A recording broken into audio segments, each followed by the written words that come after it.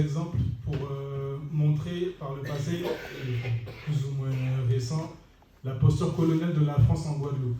Et pourquoi ça ne sert à rien de quémander, de négocier, de vouloir rester français, de vouloir être des Français comme les autres. Donc, je vais commencer par l'accès à l'eau potable.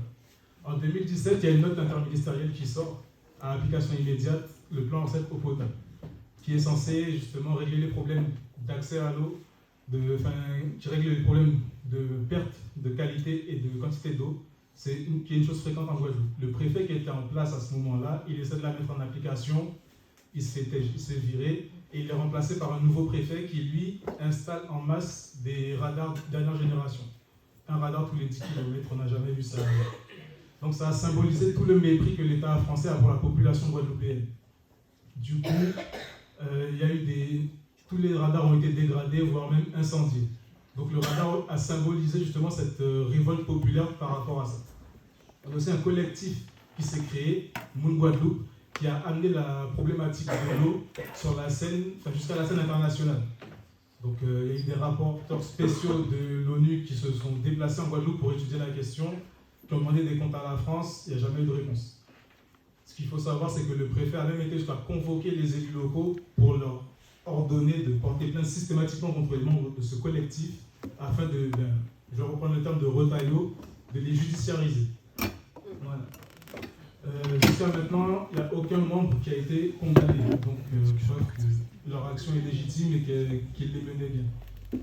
Ensuite, excusez-moi, il faut savoir que depuis l'apparition de cette note, le plan Ancêtre eau potable, il a été appliqué à plusieurs reprises en France hexagonale.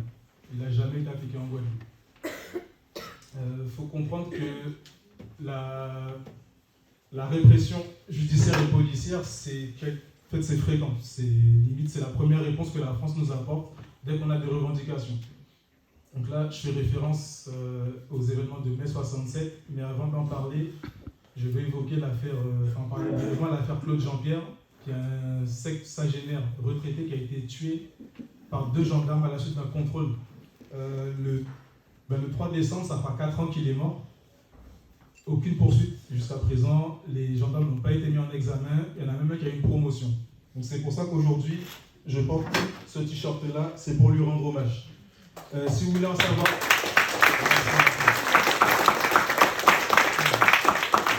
Si vous tenez à en savoir plus sur cette affaire, il y a un documentaire qui a été réalisé. Vous tapez Claude Jean-Pierre sur Google, vous le trouverez. Le documentaire, c'est État républicain.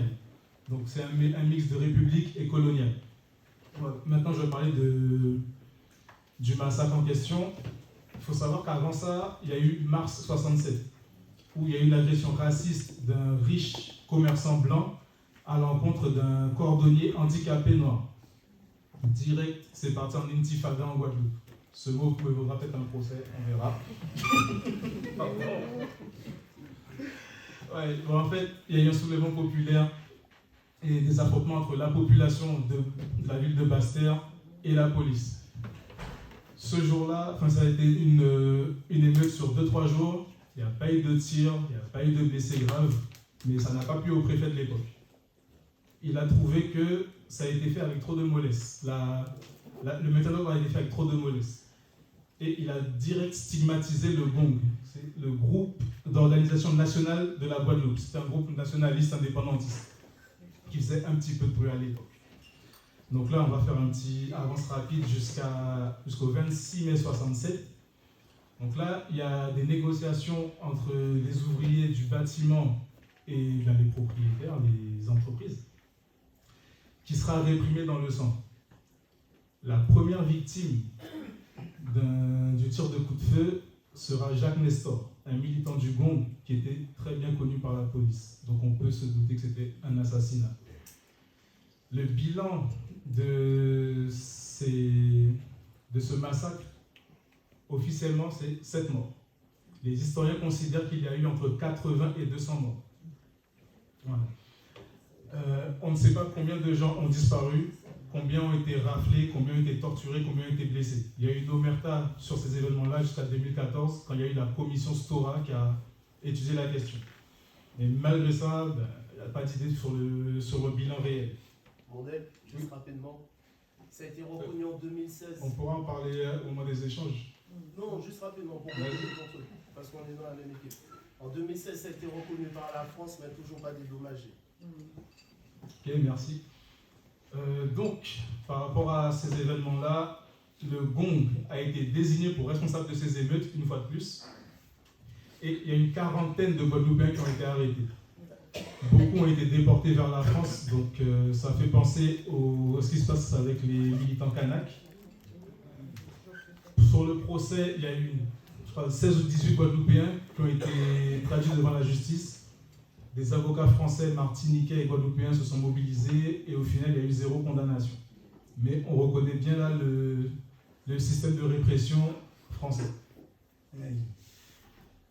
Je pense que pour bien parler de ces événements-là, il faut s'arrêter à la figure du préfet, Pierre Bolotte.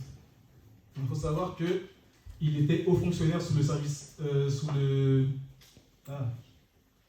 régime collabo de Vichy, qu'après la fin de la guerre, il a été muté en Indochine pendant la guerre. Il a pu apprendre les tactiques de contre-insurrection. Par la suite, il a demandé à être affecté en Algérie pendant la guerre pour justement mettre en pratique ce qu'il avait appris, parce qu'il avait kiffé.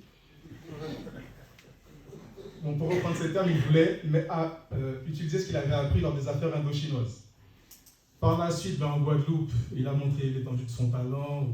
Voilà. Là, en fait, il faut comprendre que les 26 et 27 mai, c'était vraiment des escadrons de gendarmerie qui sillonnaient la ville, qui quadrillaient la ville et qui tiraient sur tout ce qui bougeait. Il y a des gens qui assistaient à une veillée funéraire, ils ont été tués. Les étudiants passaient dans la rue, ils ont été tués. Donc voilà.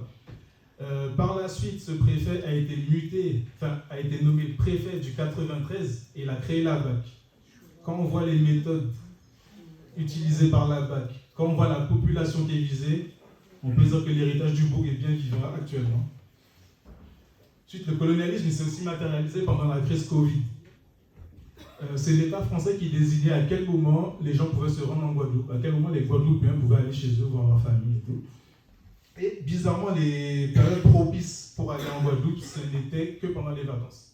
À ce moment-là, les touristes arrivaient en masse, du coup les cas de Covid augmentaient de façon exponentielle. Et la situation a atteint son paroxysme lors de l'été 2021, où j'étais présent d'ailleurs.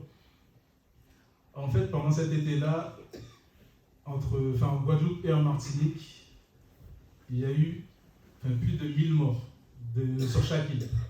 Alors que quand on regarde la situation de la Dominique, qui est l'île située entre les deux, donc là je dis 1000 morts sur 3 mois, sur 2-3 mois.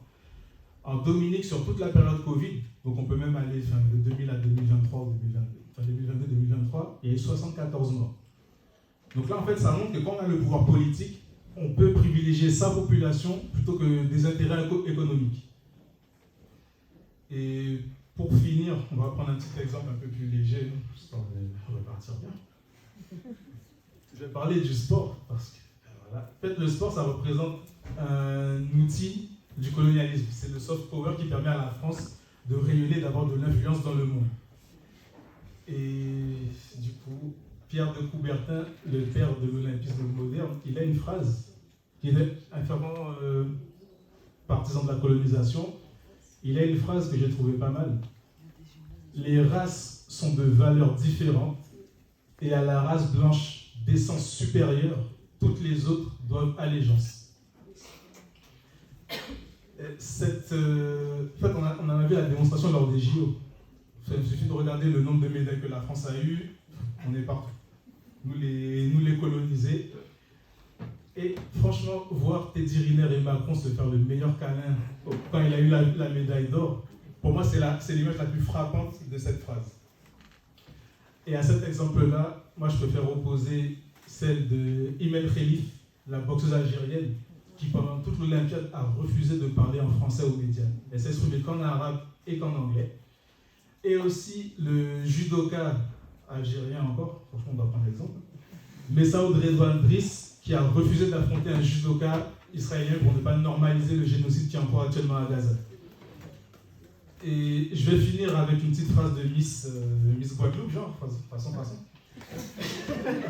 Moi, en fait, je rêve de voir un jour une Olympiade où nos sportifs, nos compatriotes verront nos drapeaux s'élever et nos hymnes nationaux retentir. Là, ça va dire qu'on a fait la politique coloniale. Merci beaucoup.